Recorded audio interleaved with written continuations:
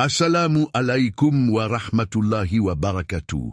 Imaginez un homme en plein duel. Sa main est prête à frapper, mais soudain son adversaire lui crache au visage. Dans un élan incroyable, il retire son épée et épargne sa vie. Quand on lui demanda pourquoi, il répondit « J'allais le tuer pour Allah. Mais quand il m'a craché au visage, j'ai craint de le faire par colère, et non plus pour Allah. » Cet homme, c'est Ali ibn Abi Talib radiyallahu anhu, le lion de l'islam. Sa foi surpassait ses émotions, son amour d'Allah guidait chacun de ses actes. C'est ce qui faisait de lui un héros unique, une lumière éternelle. Notez que les personnages représentés dans cette vidéo ne sont qu'une illustration et ne reflètent pas l'apparence réelle des personnages historiques. Si cette vidéo sur la vie exceptionnelle de Ali ibn Abi Talib radiallahu anhu vous inspire, n'hésitez pas à liker, partager et vous abonner pour découvrir encore plus d'histoires des grands héros de l'islam. Votre soutien permet de faire connaître ces leçons intemporelles à tous. Tout commence à la Mecque, au cœur de la noble tribu des Banu Hachim, une cité où les puissants dictent leurs lois et où les faibles subissent en silence. C'est ici, en l'an-600 de l'ère chrétienne, qu'un enfant voit le jour. Son nom, Ali ibn Abi Talib, radiallahu anhu, fils d'Abu Talib et de Fatima bint Assad. La vie ne lui fera pas de cadeau. La famine frappe la Mecque. Beaucoup d'enfants grandissent dans la faim et la difficulté. Pour alléger le fardeau de son père, Muhammad alayhi salam, son cousin, le prend sous son toit. Chaque geste, chaque parole, chaque regard du prophète alayhi salam devient une leçon. Un apprentissage silencieux, mais puissant. Dès son enfance, Ali radiallahu anhu se distingue par sa curiosité et par un courage presque instinctif. Là où les autres jouent, lui défend les faibles, lui se dresse contre l'injustice. À seulement 10 ans, quand la révélation descend sur le prophète alayhi salam, il est le premier enfant à répondre à son appel sans trembler. « J'atteste qu'il n'y a de divinité qu'Allah, et que toi, Muhammad, tu es son messager. » Cet instant n'est pas seulement un choix d'enfant, c'est le début d'une vie entièrement vouée à la foi, au courage et à la justice. L'adolescence est un moment de choix. Et pour Ali radiallahu anhu, ce choix allait changer sa vie et l'histoire de l'islam. Alors qu'il grandit, il observe le prophète alayhi salam prêcher avec patience et courage. Ses yeux voient de la vérité éclatante et son cœur ressent une attirance profonde pour la foi et la justice. Encore adolescent, il devient l'un des premiers enfants à embrasser l'islam. Les moqueries et persécutions des Quraysh ne le font pas reculer. Son courage et sa loyauté se manifestent dans chaque geste. Il apprend à prier, à suivre les commandements et à défendre la vérité, même si cela signifie s'opposer à ses proches. Quand on lui demande pourquoi il a choisi l'islam, il répond simplement « J'ai vu la vérité, alors je l'ai suivie ». Sa conversion n'est pas un simple événement d'enfance, c'est le début d'une vie consacrée à Allah. Un pas qui le place parmi les croyants qui, malgré les persécutions, porteront la lumière de l'islam dans un monde encore plongé dans l'ignorance. La foi est une lumière, mais le courage en est l'armure. Et Ali ibn Abi Talib radiallahu anhu allait montrer que sa loyauté envers Allah et le prophète Muhammad alayhi salam n'avait aucune limite à Hijra. Alors que les Quraysh complotent pour assassiner le prophète alayhi salam, la Mecque est plongée dans la peur et la suspicion. La nuit est sombre, le silence pesant. Ali radiallahu anhu comprend que sa vie pourrait être en danger, mais il ne recule pas. Il prend la décision qui marquera l'histoire. Il dort dans le lit du prophète, couvrant son corps avec des couvertures, tandis que le prophète quitte discrètement la maison pour commencer la hijra vers Médine. Imaginez le cœur d'Ali battant à tout rompre, les yeux scrutant l'obscurité, chaque bruit pouvant être la mort. Et pourtant, sa seule pensée est la sécurité du prophète. Cet instant révèle sa loyauté absolue et son courage inébranlable, bien avant d'avoir atteint l'âge adulte. Quelques années plus tard, la bataille de Badr éclate. Les musulmans sont en infériorité numérique, mais Ali radiallahu anhu se tient ferme. Son épée brille sous le soleil, chaque coup est précis, chaque mouvement motivé par la foi.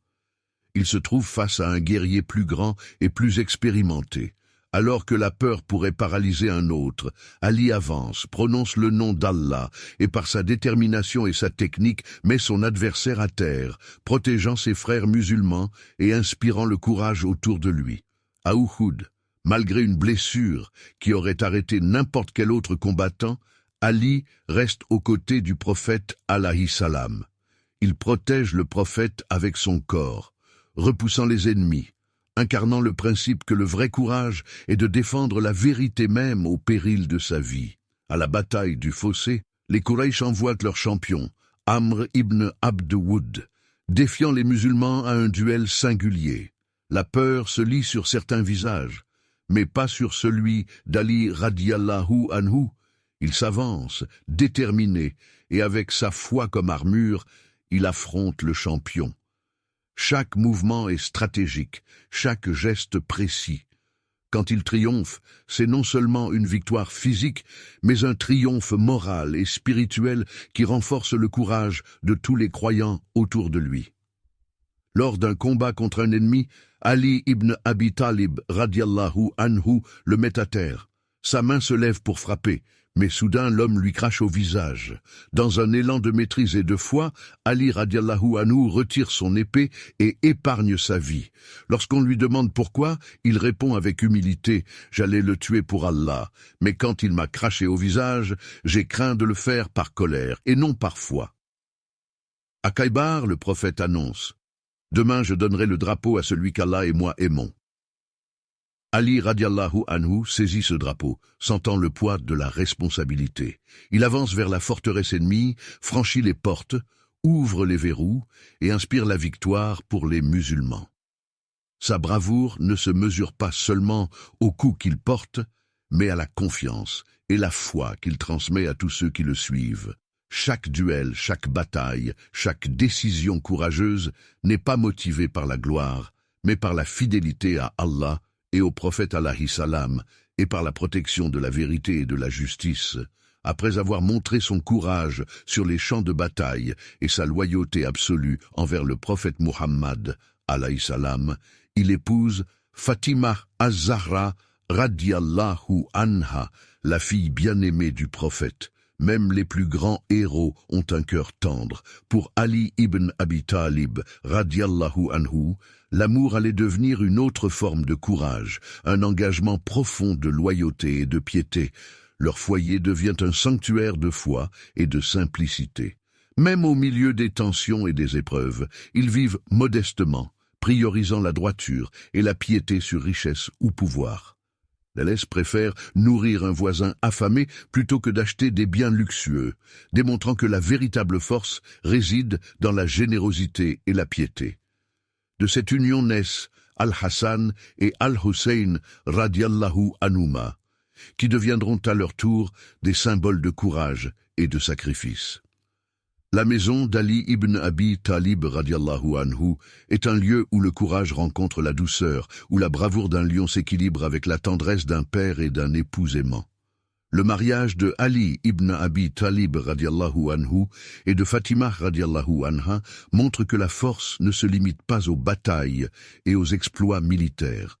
Elle se manifeste aussi dans l'amour, la patience et la fidélité envers sa famille et sa foi. Leur vie commune devient un exemple intemporel, celle d'un foyer guidé par la foi, le respect mutuel et la loyauté envers Allah et le prophète Muhammad, alayhi salam. Après avoir montré que le courage peut s'exprimer dans l'amour et la loyauté familiale, Ali ibn Abi Talib radiallahu anhu allait révéler une autre dimension de sa grandeur, celle de la sagesse et de la connaissance qui éclaire le cœur et guide les hommes.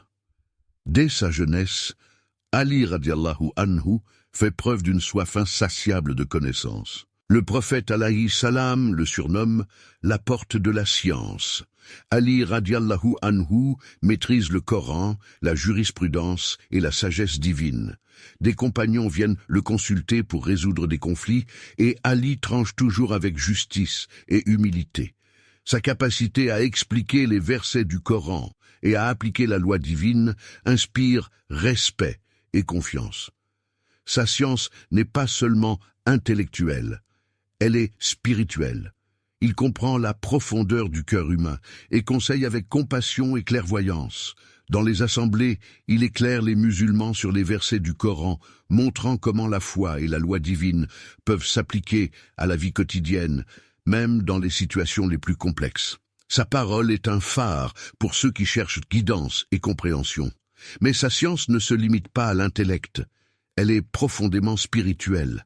Ainsi, son savoir devient un outil pour protéger la vérité, guider les faibles et renforcer la foi de tous. Sa sagesse éclaire autant les guerriers sur le champ de bataille que les familles dans leur quotidien, faisant de lui un modèle complet de courage et d'intelligence. Après la mort du prophète 632, Ali radiallahu anhu reconnaît la nécessité de préserver l'unité de la communauté musulmane. Même s'il aurait pu prétendre au califat, il choisit la patience et soutient Abu Bakr radiallahu anhu, le premier calife. Il assiste Abu Bakr radiallahu anhu dans ses décisions, notamment pour calmer les rébellions et maintenir l'ordre. Sa loyauté envers l'islam prime sur ses ambitions personnelles. Durant le califat de Umar ibn al-Khattab, 634-644, Ali radiallahu anhu continue d'offrir son soutien et ses conseils, agissant comme une figure de référence morale et spirituelle. Il tranche souvent des conflits juridiques et sociaux, appliquant la loi divine avec équité et sagesse. Sa réputation de justice et de connaissance se renforce à cette époque. Durant le califat de Uthman ibn Affan, 644-656, Ali radiallahu anhu reste un conseiller influent, mais commence à être plus directement impliqué dans la critique des injustices et de la corruption qui se développent. Il garde sa neutralité politique autant que possible, mais sa voix devient un point de repère pour ceux qui cherchent la justice.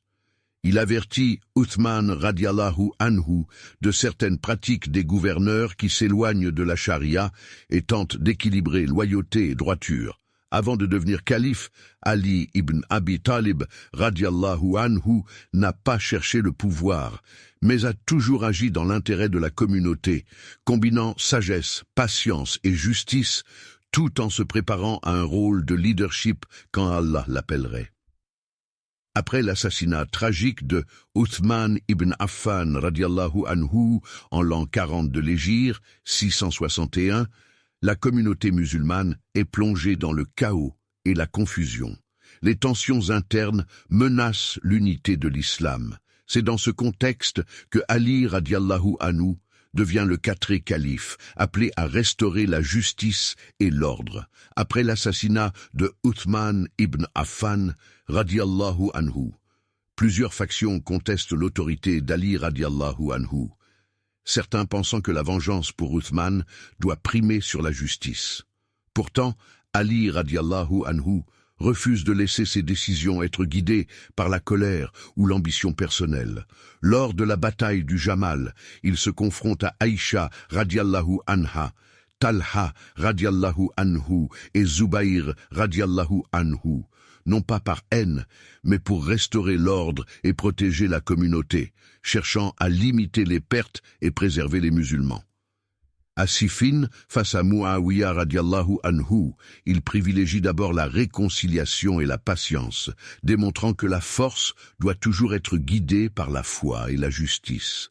Même face aux kharijites et aux révoltes internes, il choisit le dialogue et la droiture, plutôt que la vengeance, montrant que le vrai leadership n'est pas seulement militaire, mais moral et spirituel.